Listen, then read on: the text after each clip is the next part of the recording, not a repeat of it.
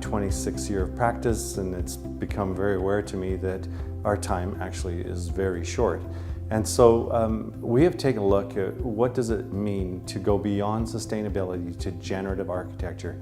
And this is a concept I'd like to expose you to in the hope that in the short watch that others of us have left, we could greatly impact how architecture is produced and performed. You'll notice that on our slides we've credited every slide that has been made. If you require details on that, please do not hesitate to contact us. We have footnoted them so that that information is available. So what exactly is generative architecture?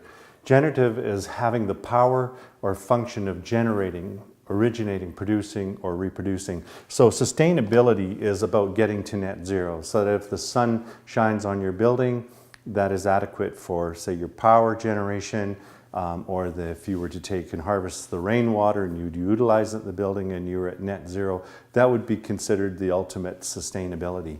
Our vision is to actually have buildings that do more than that. So say, for instance, in the context of power generation, that the power generated through the voltaics on a building would actually be enough that they would feed the grid rather than still have a portion that is consumed. So it would become a life-giving or a generating element. With respect to food, our vision is that we would have crops that would grow on the side of the building, and it would be more than what the inhabitants of the building would actually consume. Now, of course, it may not have the variety, but the vision is that we would be a generative building. So let's explain that in the context of crops that grow on the side of a building. So if you, in fact, take and incline a crop against the azimuth angles of the sun. So the sun comes in at a low angle and it's striking the ground, which is horizontal at this low angle. It's got minimal impact. If you then take and shine the sun at an inclined surface, you now suddenly have that much greater yield. And this is why, of course, you see the vineyards in France, and they're in an amphitheater, and the sun comes in and it shines against that mountainside, and you get the highest yield. So that yield can be an increase of 300%. So you can get 3 times the productivity off of a crop that is inclined to the sun. Well, what better way to incline a crop toward the sun than to put it on the side of a building? And of course, our vision will be beyond just a vertical wall. It will be at that absolutely optimized angle against the azimuth of the sun. Of course, the way that the sun goes through the sky is fully known and understood. We have it on all of our computer programs these days, and it gives you a clear understanding of optimizing the sun angle. Now, when we consider the azimuth angles of the sun, not only with respect to crops, but also with regards to solar collectors, there's an optimized angle. So what if we designed buildings so that they would actually have optimized angles on solar collectors such that the energy that is generated would exceed that which is required by the building? So we have a vision for that. Now, in addition to orienting the photovoltaics and the solar collectors at this optimized angle, we also have an ability now with new technology to have photovoltaics in translucent glass. So we could create enclosure in space and enjoy the light that is coming through, be somewhat protected from UV rays, then also in turn capture that sunlight in the form of electrical energy and utilize it in the building. In areas such as Finland and Scandinavia, where there is a geothermal source, they have now mandated that buildings will be heated by that geothermal source. This is now different than the geothermal exchange, where we're utilizing the ground as a battery, taking that delta T and harvesting it at a later time. This is one where there actually is an ability to utilize that heat. And again, not only for heating the building, because of course there tends to be a lot of excess capacity, but you can also use that to generate electricity. Another aspect of design that could be incorporated in this concept of generative architecture is that of harvesting wind energy. And this has been successfully done. I have other chapters of this presentation that focus on harvesting wind energy. And this is Helmut Jan's building. It shows the horizontal wind generator on the rooftop of a building. Here we have some vertical access wind generators in combination with solar collectors on the top of a building. And oftentimes our wind environment is changed with building environment. So you get the Venturi effect, you get stack effect. These are elements that can be controlled and used in building environment and in building architecture geometry that then maximizes the impact and controls the wind environment so that we can harvest the wind to the best possible advantage. Then we have the concept of all of these things working together. So the synergy of working together, which means used especially of groups as subsidiaries of a corporation or cooperating for an enhanced effect. So the vision in that regard is to take all of these aspects of sustainability and to pull them together to produce what we call generative architecture.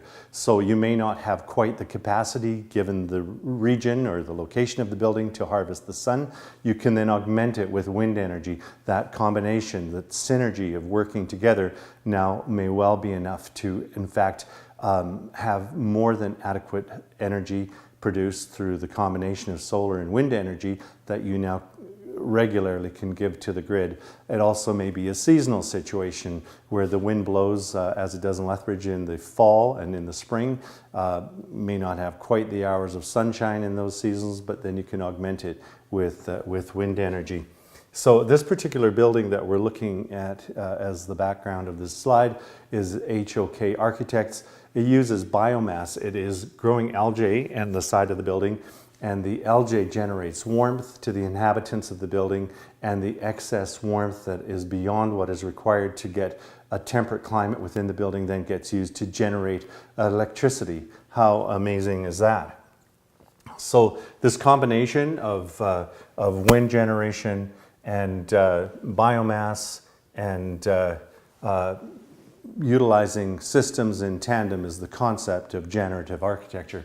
Now we also have the concept of utilizing and reutilizing rainwater storage, so forth, and of course that rainwater then would be used in crops that are optimized against the angle of the sun. So say for instance you had a high yield crop such as sea buckthorn, which is used in the cosmetic industry for huge yield, or an ice wine, which requires a fair amount of energy, requires water to be frozen over the grape.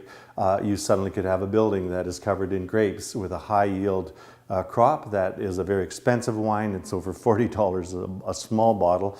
And so when you have high yield crops like that, it wouldn't be difficult to generate revenues that would exceed the consumption of the inhabitants of the building. And so that's part of the vision. We then want to shift our energy just briefly to centralized system. And when you have centralized systems, you have an economy of scale. You basically have an ability through large volumes to produce energy, heat, and cooling for less cost, which now again could be such that if we were to harvest these things naturally, we could now create the yield and immediately use that energy again in adjacent structures.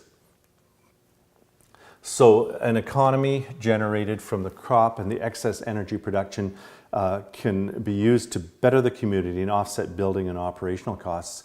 And so that is in fact the vision of generative architecture, that we would not have a consuming impact on planet Earth, but we in fact would have life-giving energy that comes as a result of the architecture that is designed. And that would just be a paradigm shift in thinking, a total change. Now, this concept of productive architecture was already embraced and explored in 1902, where Ebenezer Howard came up with the concept of a community where all of the various components were such that they would contribute to Central City. And however, it took a large amount of land mass in order to make that happen. Frank Lloyd Wright, of course, became famous in the context of the Garden City through Broadacre City. So we have this concept of generative architecture in the microcosm of buildings, where the building geometry for each and every building would be such that it contributes in a collective way to the grid, and buildings that are adjacent or nearby could benefit. So let's take a quick look at projects that we ourselves have developed. And so we have vision for proposed roof concepts that would be such that they would create a yield of fruit, vegetables, so you'd have a garden building that in fact actually is growing product that could be utilized. Now, it could be that you would have a specific crop, such as an ice wine that we mentioned a little earlier, and that is the high yield crop, which then, of course, you wouldn't actually technically have all of the variety that people would utilize, but the net worth of the crop would exceed the consumption. That is the visualization and the vision that we have. And this is a great project that we've designed. It also has, of course, all of the aesthetic and recreational attributes and the beautiful views, outdoor living environments. And again, a building that is covered in vegetation could be exceedingly beautiful and a wonderful way to incorporate buildings into the environment. It would encourage birds and wildlife and so forth to be in the environment. They'd be less impacted upon. You'll also notice we've got some vertical access wind generators in this particular model, and just a beautiful opportunity to blend buildings with their natural environment, and gives you a bit of the vision that we have for generative architecture. Now, this is One Central Park in Australia by French architect Jean Nouvel, and he is utilizing reflectors to bring warmth and light to what is otherwise a dark portion of the building to the north side. It was able to produce the concept, and what a wonderful, innovative way to increase the potential for yield. So of course, in the context of generative architecture, our vision would be that ideas such as this are used to increase capacities. We've talked to you about Winnipeg, the Mountain Equipment Co-op, which has a roof garden which creates transvaporation and cools the building. We have a lot of opportunities to actually take this whole concept of being self-sufficient and doing it in the microcosmic world of individual buildings. And that is a concept that would really be innovative, that would change the way we think about our built environment and the built form.